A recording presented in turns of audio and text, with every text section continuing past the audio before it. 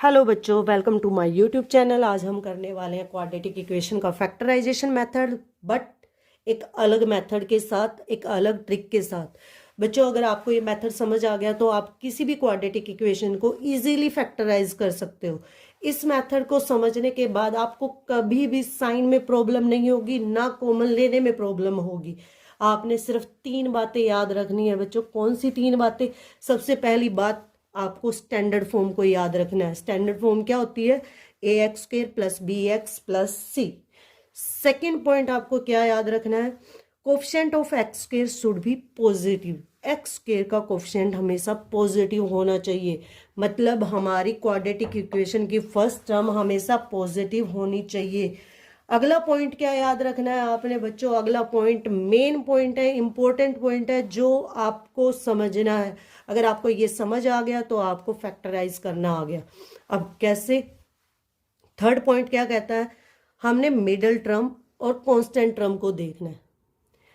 जिसको middle term और constant term के साइन समझ आ गए उसको ये मेथड समझ आ गया। बच्चों, क्या करना है इसमें? आपने कांस्टेंट टर्म और मिडल टर्म के साइन को समझना है। मीन्स आपने थर्ड टर्म और सेकंड टर्म को समझना है। किसको समझना है? थर्ड टर्म और सेकंड टर्म को। कैसे? अगर हमारी कांस्टेंट टर्म मीन्स हमारी थर्ड टर्म सी नेगेटिव हुई, अगर हमारी थर्ड टर्म नेगेटिव है और मिडल टर्म पॉजिटिव हो या नेगेटिव, मिडल टर्म कैसी हो? पॉजिटिव हो या नेगेटिव, तो मिडल टर्म को स्प्लिट करके जो 2 नंबर आएंगे, फैक्टराइजेशन में क्या होता है बच्चे कि हमने मिडल टर्म की स्प्लिटिंग करनी होती है 2 नंबर्स में। अब मिडल टर्म को स्प्लिट करके जो 2 नंबर आएंगे उनका साइन कैसा होगा? वो किस साइन के होंगे? वो दोनों माइनस और प्लस साइन के होंगे। कैसे होंगे? माइनस और प्लस साइन के। कब? जब हमारी कांस्टेंट टर्म क्या होगी? नेगेटिव। मीन्स एग्जाम्पल से समझते हैं बच्चों कि अगर हमारी क्वाड्रेटिक इक्वेशन की फॉर्म ऐसी होगी bx माइनस सी। अब इन दोनों में देखो बच्चों, कांस्टेंट टर्म क्या है? हमारी नेगेटिव है। मिडिल टर्म एक में क्या है? माइनस, और एक में क्या है?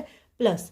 यानी कि हमारी मिडिल टर्म पहली इक्वेशन में नेगेटिव है और हमारी सेकंड इक्वेशन में क्या है? पॉजिटिव है। यही बात मैंने आपको समझानी है बच्चों कि अगर हमारी कांस्टेंट टर्म थर्ड टर्म अगर नेगेटिव है, मिडिल टर्म चाहे नेगेटिव हो या पॉजिटिव हो, मिडिल टर्म को स्प्लिट करके जो 2 नंबर आएंगे वो किस साइन के होंगे? माइनस और प्लस। बट आपने इसमें आगे क्या याद रखना है? अगर हमारी मिडिल टर्म नेगेटिव है, कांस्टेंट टर्म तो नेगेटिव होनी ही होनी चाहिए। अगर मिडिल टर्म नेगेटिव है, अगर हमारी मिडिल टर्म नेगेटिव है तो ग्रेटर नंबर का साइन कैसा होगा? नेगेटिव। कैसा होगा? माइनस का होगा। ग्रेटर नंबर का साइन कैसा होगा? ग्रेटर नंबर का साइन माइनस होगा। ग्रेटर नंबर कैसा होगा? नेगेटिव होगा। और स्मॉलर नंबर कैसा होगा? पॉजिटिव होगा।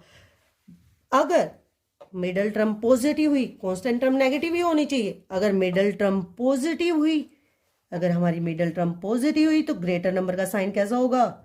ग्रेटर नंबर पॉजिटिव होगा और स्मॉलर नंबर नेगेटिव होगा। स्मॉलर नंबर कैसा होगा?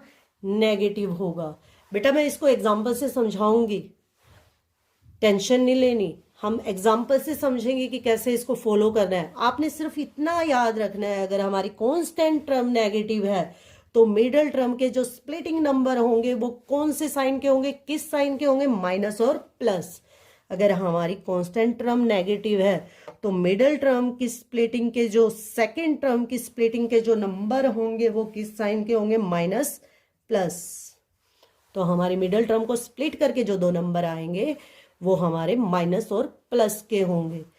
कब? जब हमारी थर्ड टर्म माइनस की होगी। ये हमारा मेन पॉइंट है बच्चों। अब अगला क्या कहता है?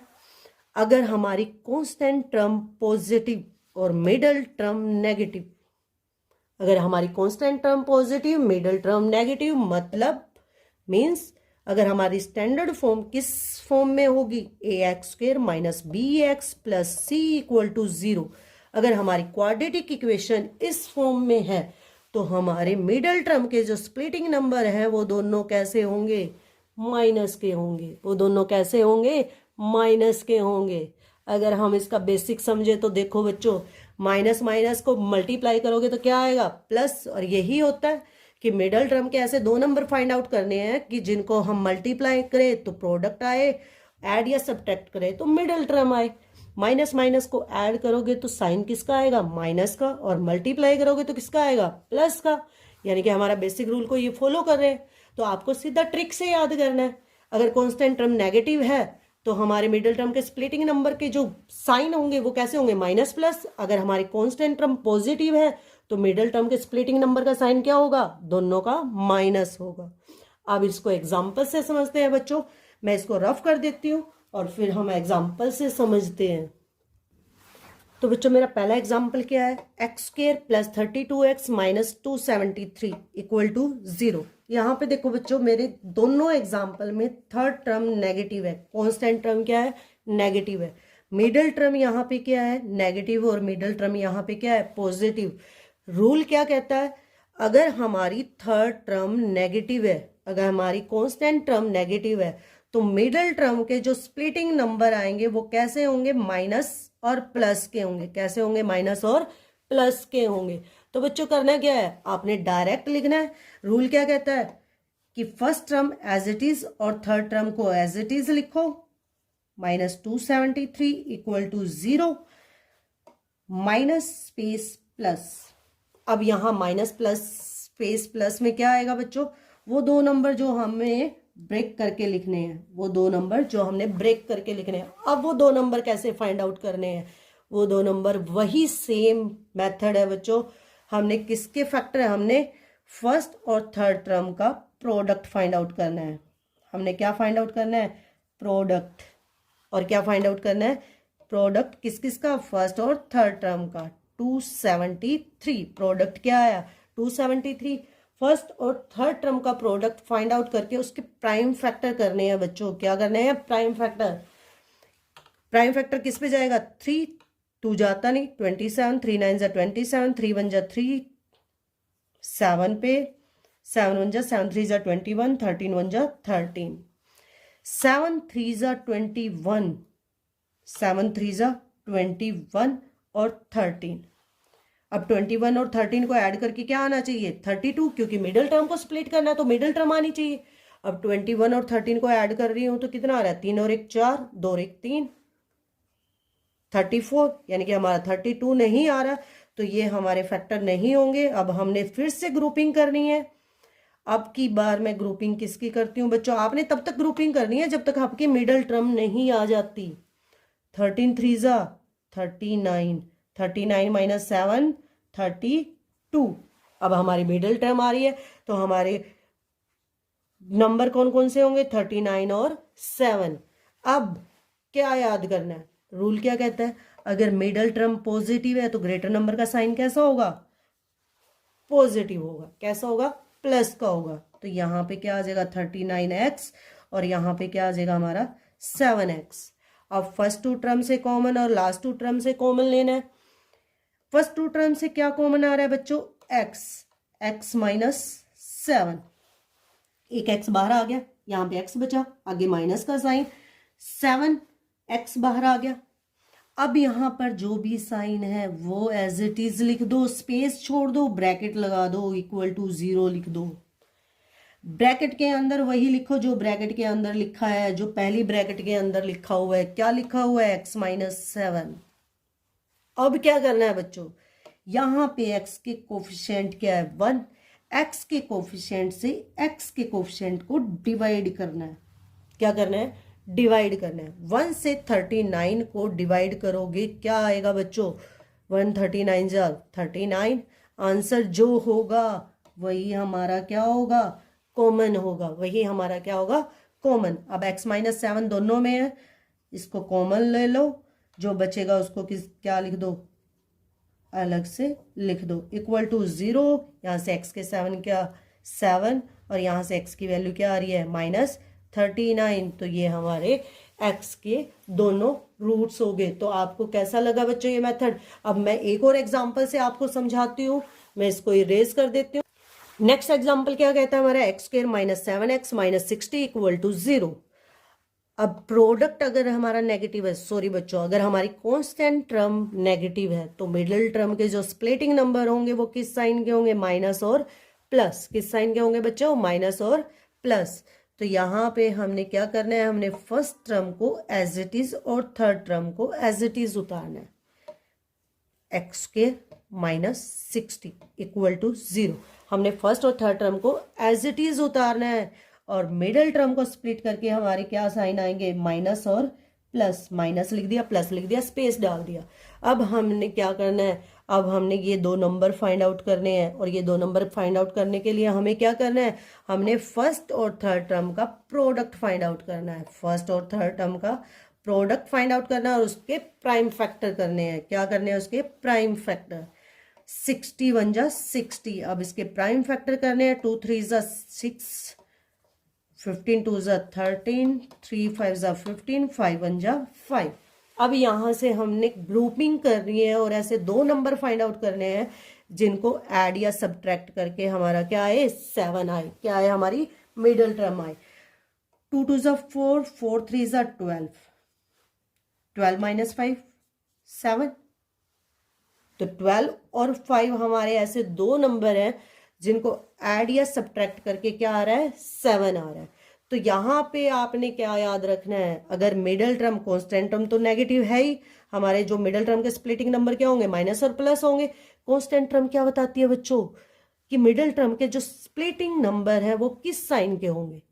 अब कौन सा साइन ग्रेटर के साथ लगेगा, कौन सा साइन स्मॉलर के साथ लगेगा, अगर वो कौन बताती है, हमारी मिडिल टर्म। अगर मिडिल टर्म नेगेटिव है तो ग्रेटर का साइन कैसा होगा, नेगेटिव होगा। ग्रेटर का साइन कैसा होगा, नेगेटिव, और स्मॉलर का साइन कैसा होगा, पॉजिटिव। तो 12 क्या होगा, नेगेटिव, और स्मॉलर क्या होगा, पॉजिटिव। हो गया बच्चों। अब हमने आगे क्या करना है, फर्स्ट टू टर्म से कॉमन और लास्ट टू टर्म से कॉमन लेना है। अब फर्स्ट टू टर्म से कॉमन क्या आएगा, एक्स, एक्स माइनस, यहां से एक एक्स बाहर आ गया, एक्स बचा, यहां से हमारा एक्स बाहर आ गया, क्या बचा, 12। यहां पर जो भी साइन है एज इट इज लिखो बच्चों, और स्पेस छोड़ दो, ब्रैकेट लगा दो, इक्वल टू 0 लगा दो। ब्रैकेट में वही आएगा जो आपका पहली ब्रैकेट में है, एक्स माइनस 12। यहां क्या कॉमन आएगा, एक्स के कोफिशिएंट को, एक्स के कोफिशिएंट से एक्स के कोफिशिएंट को डिवाइड कर दो। एक्स का कोफिशिएंट क्या है, 1, 1 से 5 को डिवाइड करोगे, क्या आएगा आंसर, 5। तो 5 हमारा क्या आ जाएगा, कॉमन। अब यहां से x माइनस 12 दोनों में प्रेजेंट है तो x माइनस 12 हमारा क्या आ गया, कॉमन।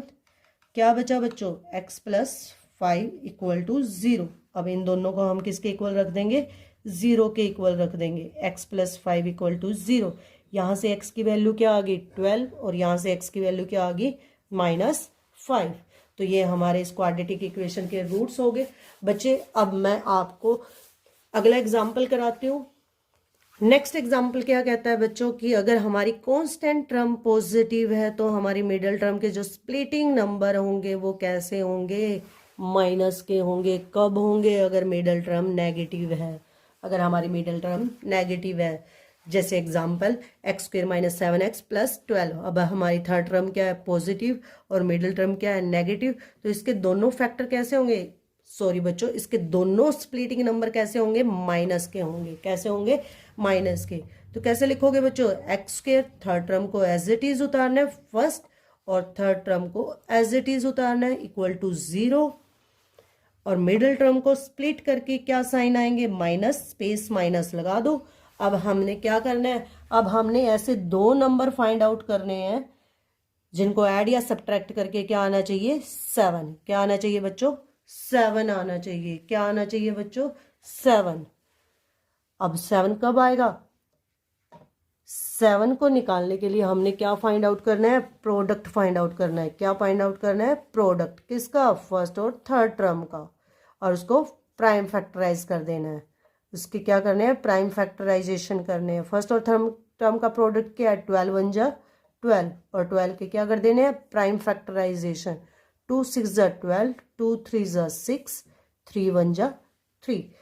अब यहाँ से हमने ऐसी ग्रुपिंग करनी है, ऐसे 2 नंबर फाइंड आउट करने हैं ग्रुपिंग करके कि जिनको ऐड या सब्ट्रैक्ट करें। क्या है 7, 4 2 2 4 और 3, 4 + 3 7, यानी कि हमारे वो 2 नंबर कौन है 4 और 3। अब हमें 2 नंबर मिल गए बच्चों, बस पुट कर दो यहाँ पे 4x 3x हो गया आपका। ना आपको साइन देखना, ना आपने कुछ देखना, आपको बस 3 बातें याद करनी है जो मैंने आपको बताई है। अब आपने क्या करना है, फर्स्ट 2 टर्म और लास्ट 2 टर्म से कॉमन लेना है। फर्स्ट 2 टर्म से कॉमन क्या आ रहा है x, यहाँ पे क्या बचेगा x, आगे क्या साइन माइनस, यहाँ से x बार आ गया तो क्या बचा 4। यहाँ जो भी साइन है एज इट इज उतार दो, स्पेस छोड़ दो, ब्रैकेट लगा दो, = 0 लिख दो। ब्रैकेट के अंदर जो पहली ब्रैकेट में है वही लिख दो x - 4। यहाँ जो कॉमन आएगा वो कैसे फाइंड आउट करना है, x के कोफिशिएंट से x के कोफिशिएंट को डिवाइड कर दो। 1 से 3 को डिवाइड करोगे तो क्या आएगा 3, ये हमारा कॉमन आ गया। अब हमने क्या करना है बच्चों, यहाँ पे x - 4 यहाँ भी है और यहाँ भी है, तो ये हमारा कॉमन आ जाएगा। बचेगा क्या हमारा x - 3 = 0, x - 4 को =0 लिखो, x - 3 को =0 लिखो, और यहाँ से x की वैल्यू क्या आ जाएगी 4, और यहाँ से x की वैल्यू क्या आ जाएगी 3। तो ये हमारे रूट्स आ गए बच्चों।